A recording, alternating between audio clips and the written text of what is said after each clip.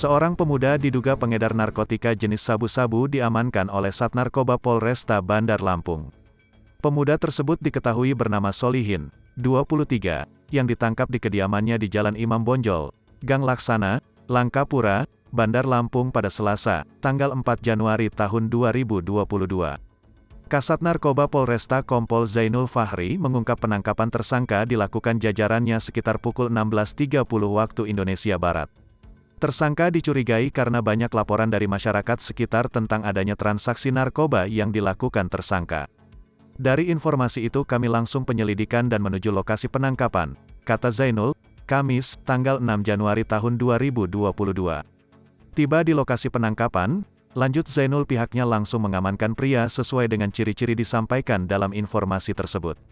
Selanjutnya dilakukan penggeledahan terhadap tersangka. Dan pada akhirnya ditemukan barang bukti berupa 4 paket sabu-sabu.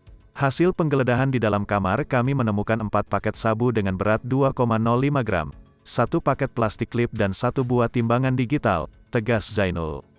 Zainul menambahkan saat itu juga tersangka langsung dibawa ke Mapolresta untuk menjalani pemeriksaan lebih lanjut. Dari hasil pemeriksaan sementara, diketahui barang tersebut milik rekannya yang saat ini sudah ditetapkan sebagai DPO. Zainul menjelaskan, tersangka Solihin berperan ikut membantu DPO memecah sabu menjadi paket kecil siap edar.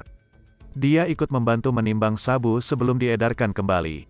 Pengakuannya sudah 4 kali ngebantu DPO, beber Zainul. Zainul menyatakan pihaknya telah mengantongi identitas rekan tersangka tersebut. Namun pihaknya belum dapat membeberkan identitas rekan tersangka. Identitasnya sudah kita kantongi. Saat ini kami masih melakukan pengembangan untuk menangkapnya, sebut Zainul. Atas perbuatannya, tersangka Solihin bakal dijerat dengan pasal 114 ayat 2 atau pasal 111 ayat 2 UU RI tentang narkotika nomor 35 tahun 2009. Untuk ancamannya maksimal 20 tahun kurungan penjara, tandas Zainul.